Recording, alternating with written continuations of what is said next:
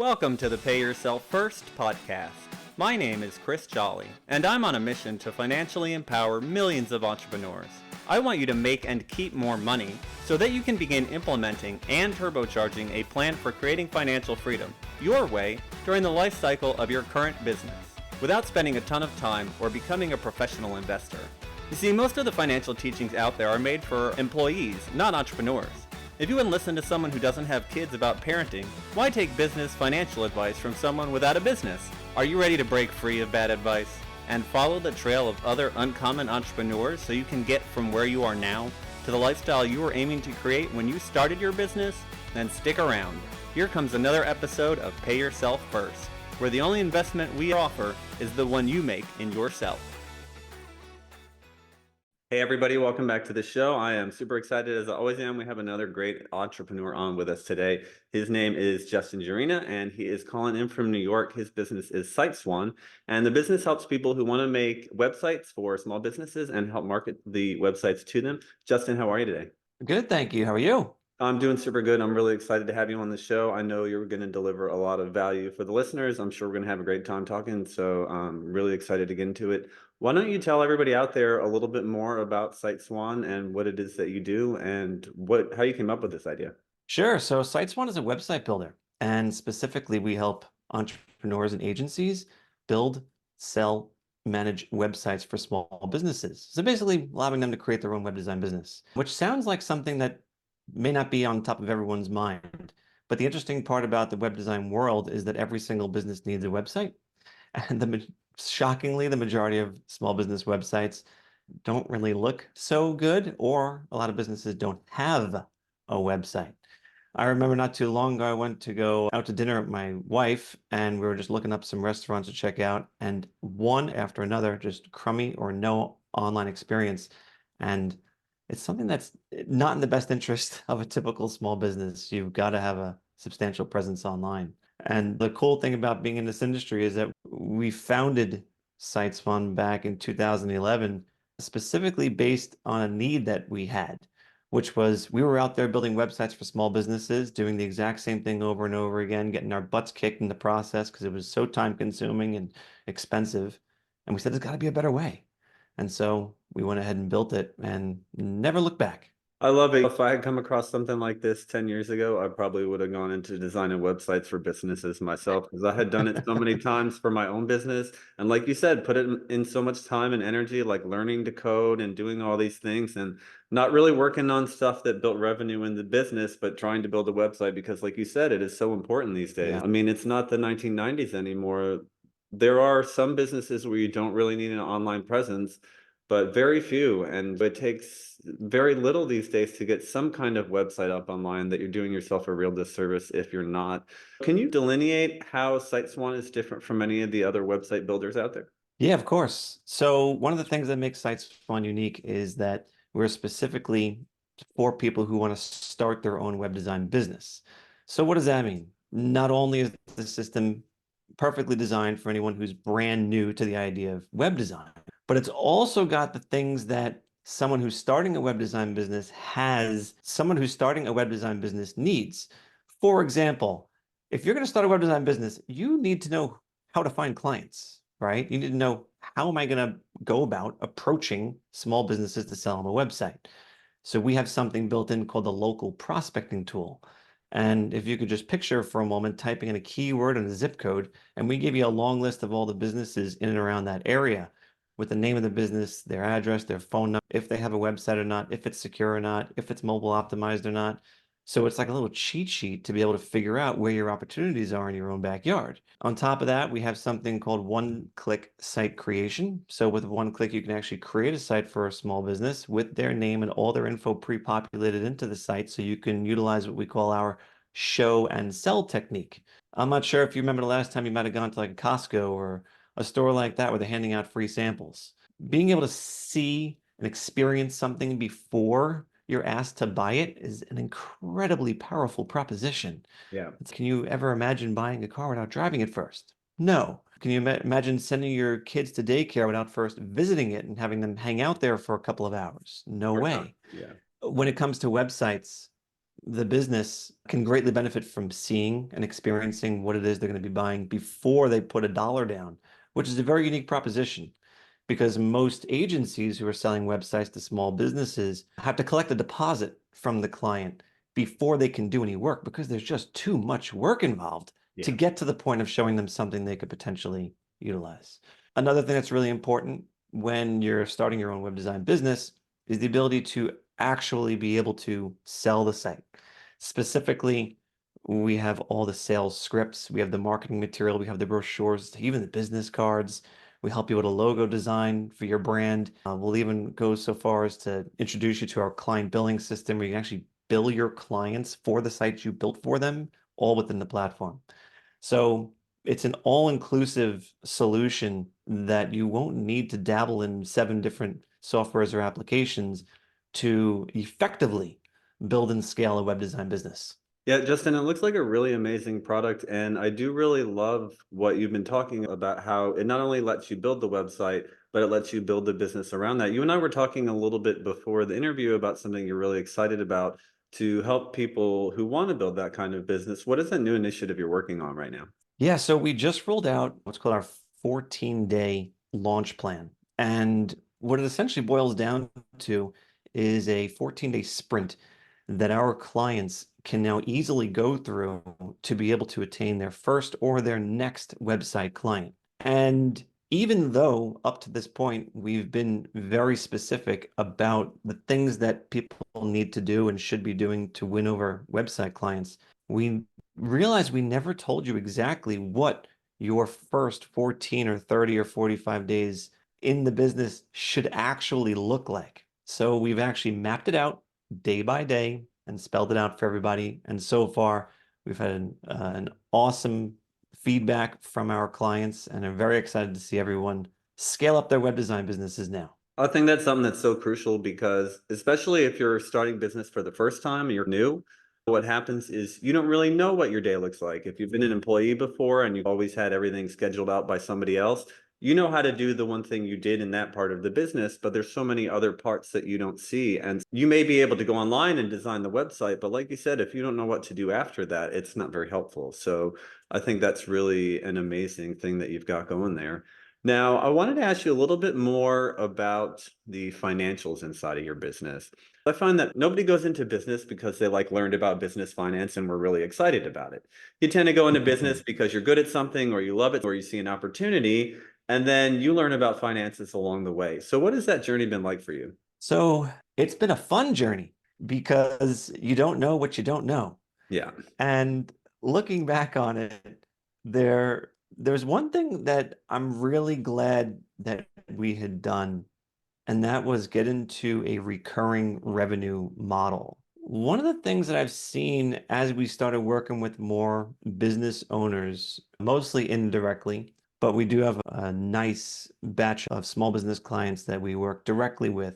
And one thing we noticed is that if you don't have any sort of recurring revenue model attached to your business, you're always left questioning or guessing what next month is going to look like. And that, I think, is the root of a lot of the stresses that business owners generally have because it's the unknown. Next month is unknown. And sure, you can use metrics of last year's sales and last month's sales to be able to project.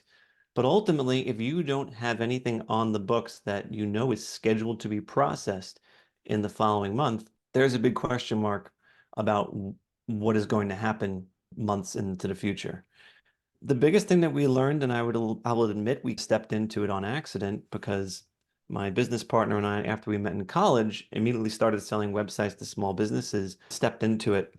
And the nature of selling a website to a small business is that you're collecting a monthly fee from it. And once we started to, because as entrepreneurs, you always have a million ideas of other things you want to do.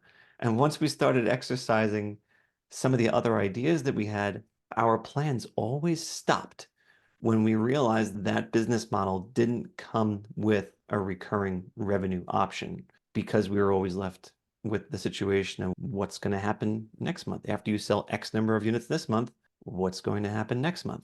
So for anyone, I feel, And the recurring revenue model can apply to almost any industry. Sure. Like I've been bugging my handyman now for at least 2 years. I'm like, sign me up for a subscription, please. Just so I know that I can call you and have access to you at perhaps I can maybe get you here a little bit quicker than say someone who's not a subscriber. Let me sign up for that.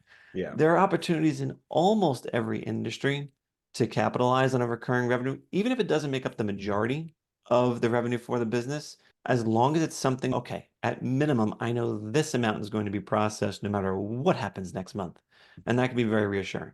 Yeah, such a good point. One of the most challenging things as an entrepreneur, like you touched on, is that cash flow and knowing that the money's going to be coming in to pay the bills. And yeah, you can estimate. And this is why I love projections, because you can do your best job and even get really close. But at the same time, you're just throwing stuff out into the wind and seeing what sticks, because there could be a pandemic or a 9/11 or any kind of thing could happen out there to throw your projections way off. And yet at the same time, it is still so important to make those projections so you can at least kind of plan. But if you don't know that you have another way to keep more money coming in from the clients you already have, then you're in this endless process of always seeking more leads, always looking out for more people to serve, when the easiest people to make money from are the people who are already buying from you already. Exactly. You're right. And even when you think about the idea of investments, right? We make investments so that you can continue to earn money, not so you earn money one time, Right. although you may not cash out with it until many years later in some cases. When you think about probably the most stable, reliable source of wealth, which is investments, there's always money being earned. And that I think is the closest connection you can make to a recurring revenue model when it comes to a business with a subscription. Yeah, makes sense to me. Okay, now that you've brought up investments, let's talk a little bit about that. Are you currently investing, and what are you investing in at the moment, if you are? Yes. So I think that everyone needs to, and I know that's such an easy thing to say, but I watch like a lot of TikTok videos and stuff and YouTube videos, and there are guys on there who will show you projections about if you put X amount of dollars into your kid's investment account at the age of whatever, 5 or 10, like you never have to touch it again, essentially, and you will make they'll have so much more money in their account compared to if you put in triple the amount when they were 20 or something like it's some absurd number because it's all about time. Yep. The earlier and the more frequent that you can invest, the better you'll be off. So it's a very difficult concept for a lot of people though, because you always think that there isn't enough money to put aside for investing, but you will never have enough money unless you just start putting money into it. So to answer your question now that I've gone completely off track, I am invested primarily in mutual funds and stocks through an investment banker. My wife and I are both in that situation. And I am dying to get into real estate. I'm dying to get into a property that is purely for an investment. And to me, that is a little bit of a scary concept. Some people say, oh, well, investments are the real estate's the safest and most secure type of investment you can ever make. And to me, as a homeowner now, I'm like, what happens when the roof goes? What happens when this goes? What happens when that goes? So I get scared off from it, but I'm trying to break that fear because I know how important it is to be able to have a diversified investment strategy. And outside of that, it's investing in other businesses, starting other businesses, because I know that, especially if it's built around a recurring revenue model, that can oftentimes make even more than stowing your money where someone else is totally in control of it. So if I can put money into starting something else that I believe I can make grow, I'm in total control of that. And I'm a type of person who I like that responsibility. What I don't like the responsibility of is selecting someone else to make the money for me. That's actually a little bit more scary. But I also know that, as I stated earlier, investments are one of the major accelerators to long-term wealth. And I think everyone has to do it. I was watching an Alex Hormozy video the other day, and he was saying a mentor told me that if you're not good at investing and you're good at building businesses and make money, you'll make more money building businesses and making money that you can then invest in another way, and then you should focus on that. And I think that's perfect advice. You need to play to your strength and you need to do what you're good at. And even though you thought maybe that you went off track there, I think all of that is so important because like you said, there's so much more leverage in investing, and you can get it wrong 50 times and get it right once and make up for all of those losses.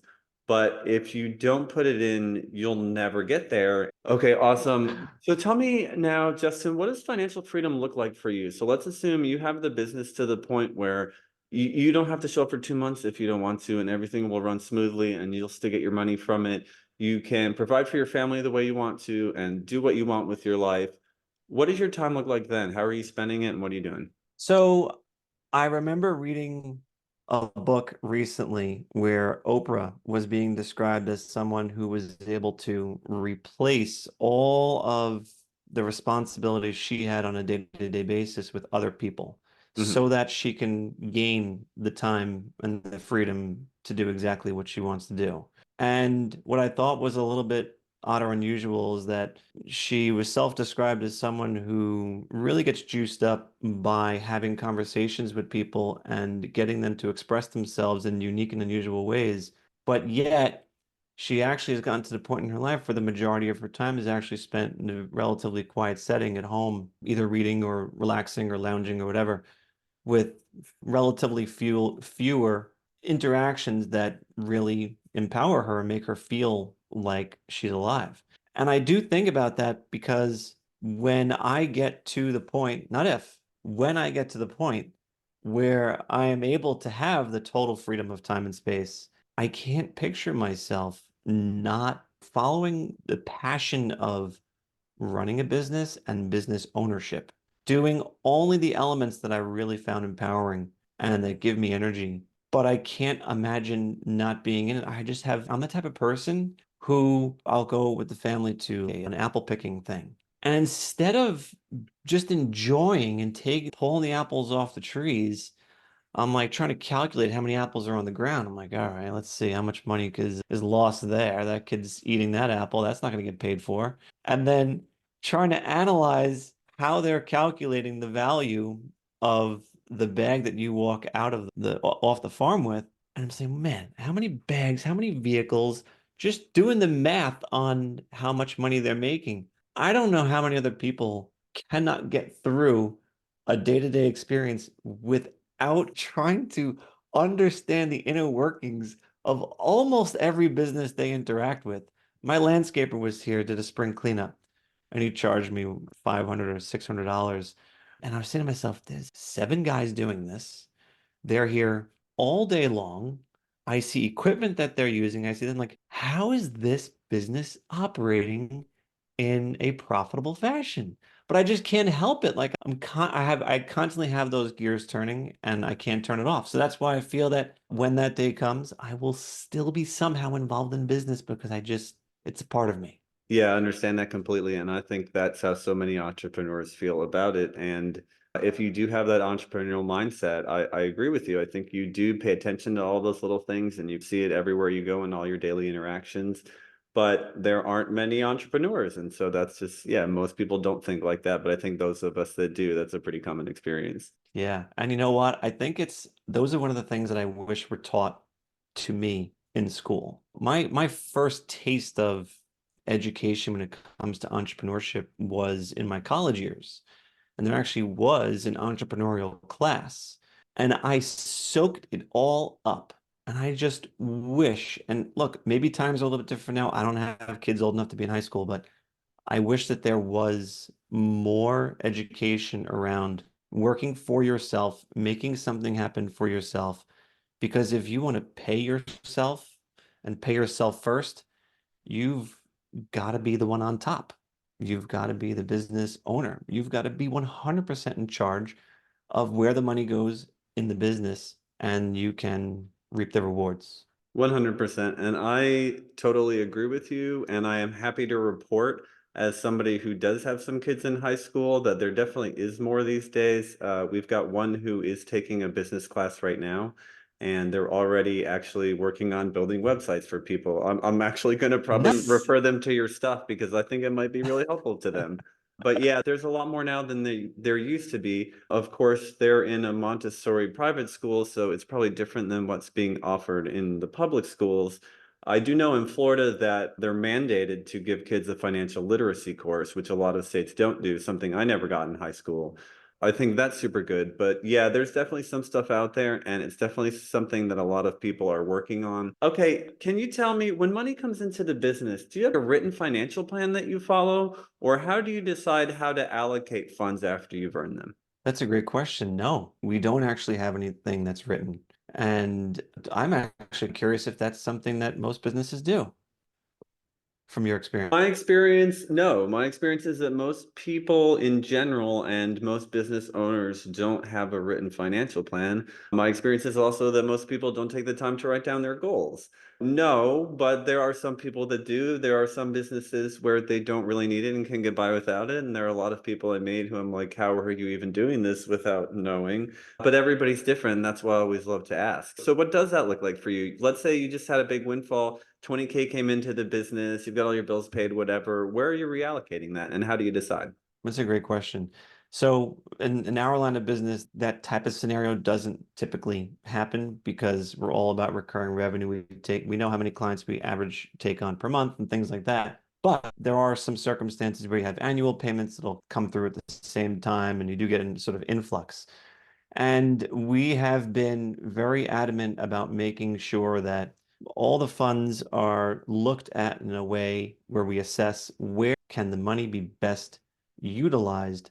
And that either means on a personal basis for my partner and I, or it means for the business. Just a quick example I'll give you. There was a time in our business that we were convinced that we needed to have physical office space, something we've never had because of the type of business that we're in. We all remote, we're a remote staff, we work very well this way, it gives us a lot more freedom. Everyone benefits. But we got to a point where we were convinced we needed office space. And we started looking at office space, didn't realize exactly how expensive it was. And we were about to sign the papers on a lease. And then we stopped and looked at each other and said, if we are ready to spend this amount of money per month on something that isn't really guaranteed to make us any sort of return, what if we didn't? What if we spent it on something that we did believe would give us a return? What if we spent it on advertising? What if we spent it on marketing? What if we spent it on hiring this person for this thing that we know we need to do so that we can focus our efforts elsewhere? And we did not sign the contract for the lease, and we did make those investments. And it was the smartest thing we could have ever done. We're very disciplined when it comes to that.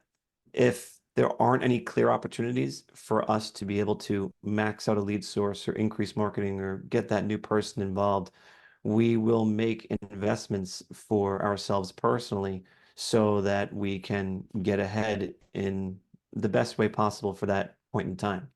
Because the business checking account does not get any interest. Yeah, something that I never thought about when I first went into business, because when I went into business, for me, investing was always just putting more money back into the business to grow it so I could eventually make a lot of money down the road.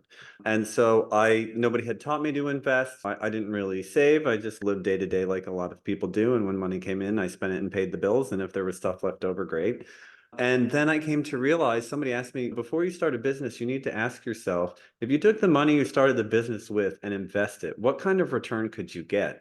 And that was such a light bulb moment for me because I started a lot of businesses now that I look back at it that I probably wouldn't have gotten the return I could have got if I just put all of that money in the stock market or stuck it into gold and silver. And so that is a real consideration because you are putting a lot of time and energy and effort and money into starting something that there is not necessarily a huge guarantee of a return on.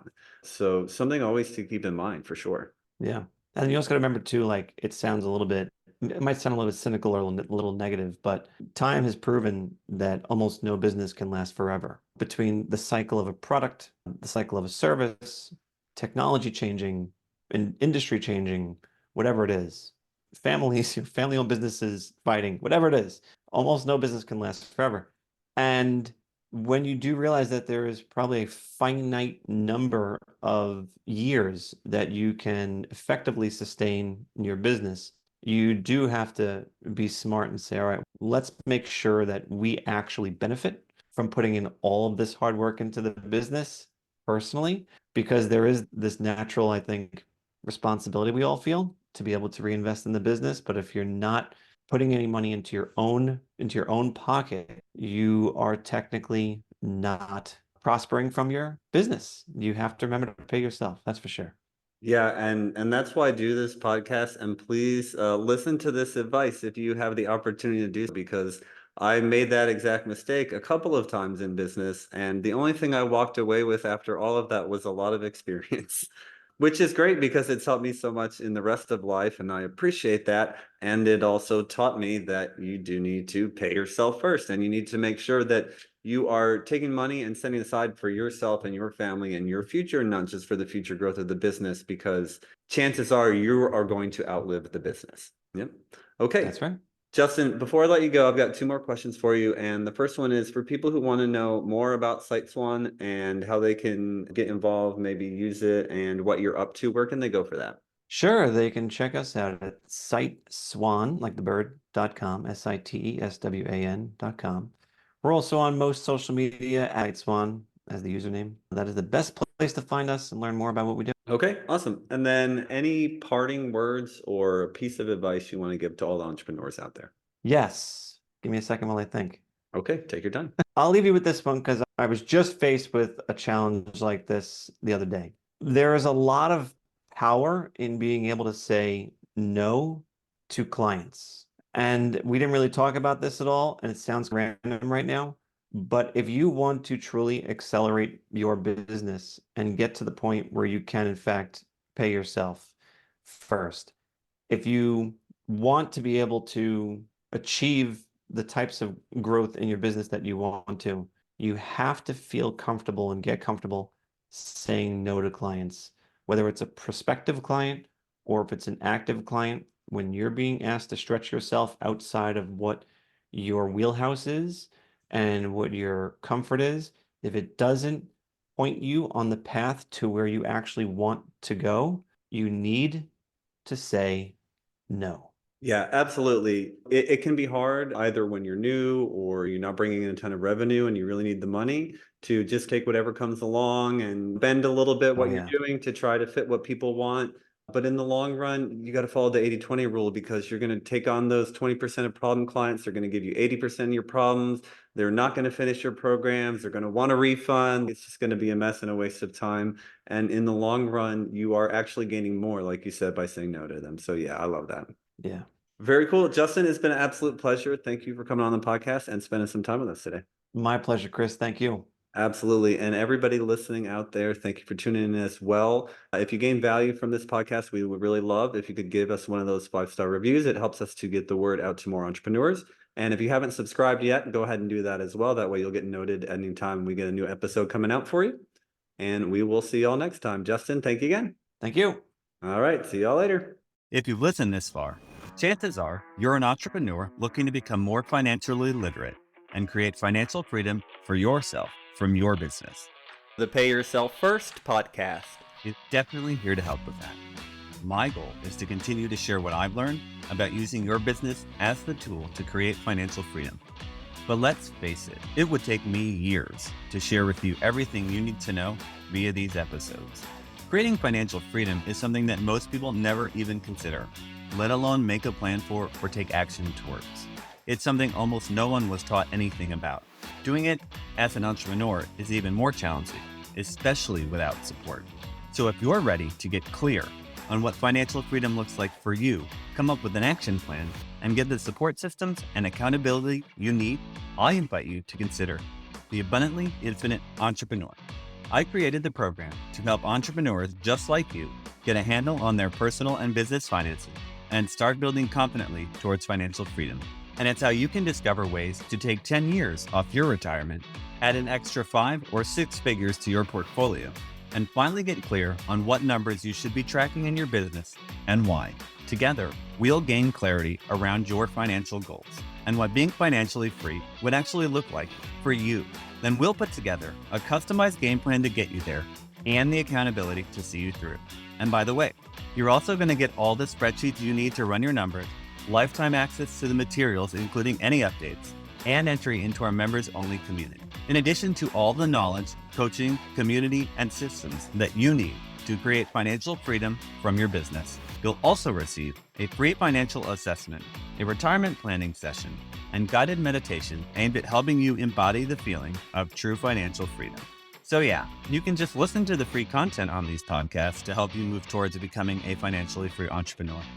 And sure, you'll likely see some results, or you can make the decision to commit to learning, implementing, and embodying what you need to know to create the financially free life you dreamed of when you started your business journey. Click the link in the show notes to answer a quick questionnaire, and you'll be on your way to joining the abundantly infinite entrepreneur.